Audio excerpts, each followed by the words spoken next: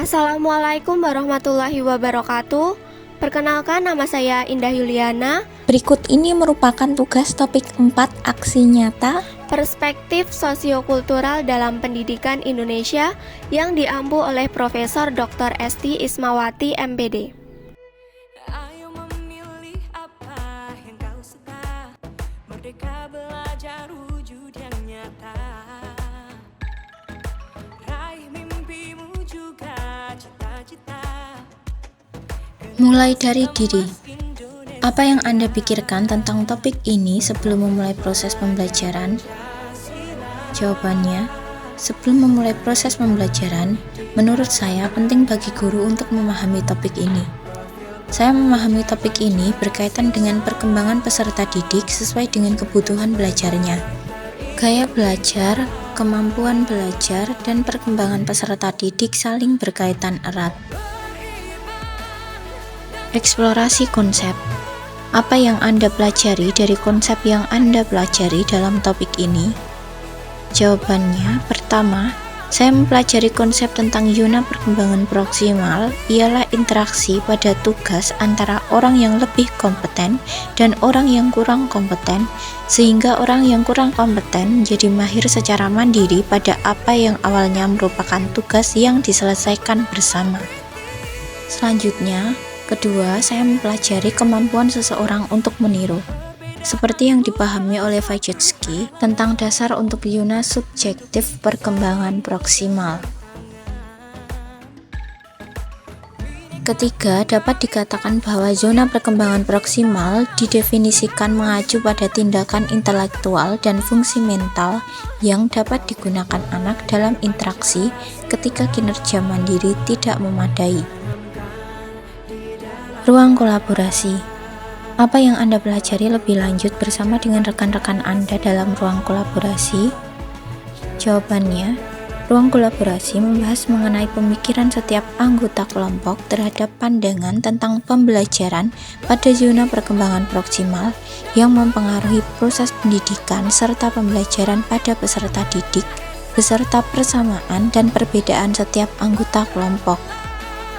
Juga tentang bagaimana kesiapan saat mengajar dengan memperhatikan pembelajaran ZPD pada peserta didik. Adapun hasil diskusi kelompok kami yaitu memiliki pendapat yang sama di mana pembelajaran dalam ZPD dapat meningkatkan hasil belajar dan pemahaman peserta didik. Selain itu, kelompok kami juga memiliki pendapat yang sama yaitu dalam mempersiapkan pembelajaran pada ZPD perlu memahami karakteristik masing-masing peserta didik. Dengan mengetahui hal tersebut, maka guru akan mengetahui di tahap mana peserta didik berada dan sejauh mana bantuan yang akan diberikan. Demonstrasi kontekstual. Apa yang Anda pikirkan tentang topik ini sebelum memulai proses pembelajaran? Jawabannya, dari hasil presentasi atau pemaparan pandangan masing-masing kelompok, saya memahami pembelajaran menggunakan ZPD dapat membantu peserta didik maupun guru untuk mewujudkan pembelajaran yang efektif dan berpihak kepada peserta didik. Dengan memahami ZPD peserta didik, guru akan lebih mudah menentukan sejauh mana proses scaffolding yang harus diberikan. Dari diskusi antar kelompok ini, masing-masing kelompok menyadari bahwa pembelajaran dalam ZPD memiliki pengaruh dalam proses pembelajaran. Hal penting lain yang saya pelajari bersama rekan kelompok adalah pemahaman masing-masing anggota kelompok tentang ZPD dan kesiapan mengajar mereka dengan memperhatikan pembelajarannya pada ZPD. Tentu hal tersebut membuat sedikit banyaknya motivasi untuk memberikan pembelajaran yang sesuai dengan ZPD peserta didik agar peserta didik dapat mengembangkan potensinya secara maksimal. Elaborasi pemahaman. Pemahaman yang sudah saya dapatkan. Pada topik ini, saya memahami pembelajaran dalam Zone of Proximal Development atau ZPD dan proses scaffolding yang berpengaruh terhadap proses pembelajaran di kelas. ZPD menekankan pentingnya guru berperan untuk membimbing dalam proses menggali potensi peserta didik. ZPD juga menekankan pentingnya kolaborasi dan interaksi sosial dalam proses pembelajaran. Perubahan pemahaman setelah mempelajari topik 4. Dari mempelajari ZPD, pemahaman baru yang saya dapatkan adalah adanya istilah scaffolding dalam pembelajaran. Scaffolding merupakan pemberian bantuan kepada peserta didik selama tahap awal pembelajaran dan mengurangi bantuan tersebut ketika ia mampu mengerjakan sendiri. Hal ini bertujuan memudahkan guru untuk menyamaratakan dengan pertimbangan kemampuan peserta didik dalam proses pembelajaran yang berbasis dengan kondisi peserta didik. Guru harus menyadari pembelajaran yang tepat untuk peserta didik. Tahap perkembangan peserta didik yang berpusat pada perkembangan dirinya sendiri. Yang ingin saya pelajari lebih lanjut, di topik 4 telah dipelajari mengenai zone of proximal development. Saya ingin mempelajari lebih lanjut mengenai penerapan ZPD dalam pembelajaran di kelas, agar saya dapat memberikan bantuan yang sesuai dengan kebutuhan dan karakteristik peserta didik. Selanjutnya, saya ingin mempelajari lebih lanjut mengenai ZPD dan scaffolding, apakah bisa diterapkan di semua jenjang pendidikan, dan bagaimana cara kita mengatasi situasi jika terjadi kecemburuan sosial dalam proses pembelajaran. Koneksi antar materi. Praktik pengalaman lapangan. Dengan pembelajaran ZPD ini dapat diterapkan langsung dalam PPL di sekolah, di mana guru dapat mengetahui sejauh mana peserta didik perlu diberikan bantuan atau pemberian scaffolding. Dengan mempelajari ZPD, maka saat praktiknya kita dapat memahami seberapa jauh pengaruhnya terhadap peningkatan pemahaman peserta didik. Pemahaman peserta didik dan pembelajarannya.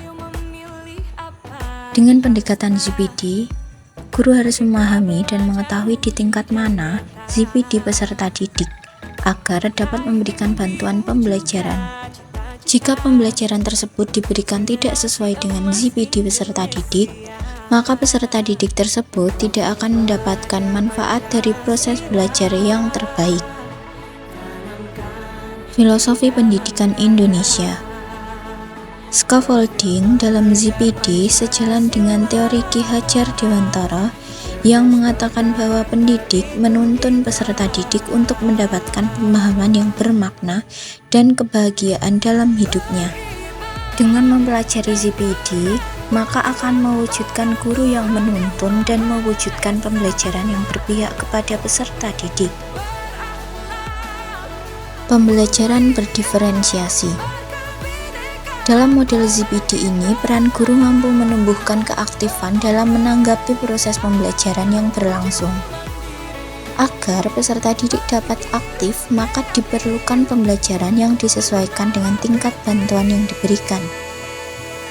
Identifikasi ZPD ini membantu guru untuk mengelompokkan peserta didik dan dapat membuat pembelajaran berdiferensiasi. Aksi nyata. Manfaat saya mempelajari topik ini untuk kesiapan saya menjadi guru adalah saya sebagai guru harus siap dan mampu menerapkan pandangan pembelajaran pada ZPD yang mempengaruhi proses pendidikan serta pembelajaran yang melibatkan perspektif sosiokultural. Pada ZPD, guru dimudahkan dalam menentukan zona atas dan bawah pemahaman peserta didik.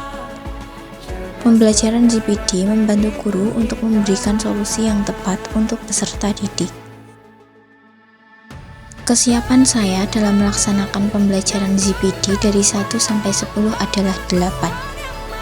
Alasannya karena saya belum memahami secara penuh mengenai strategi dan metode yang tepat untuk digunakan dalam pembelajaran yang tentunya menerapkan ZPD. Persiapan saya lebih lanjut adalah menambah pengetahuan saya terkait pembelajaran ZPD yang melibatkan perspektif sosiokultural serta melaksanakan kegiatan kuliah dan melaksanakan tugas secara optimal. Demikian apa yang dapat saya sajikan. Terima kasih. Wassalamualaikum warahmatullahi wabarakatuh.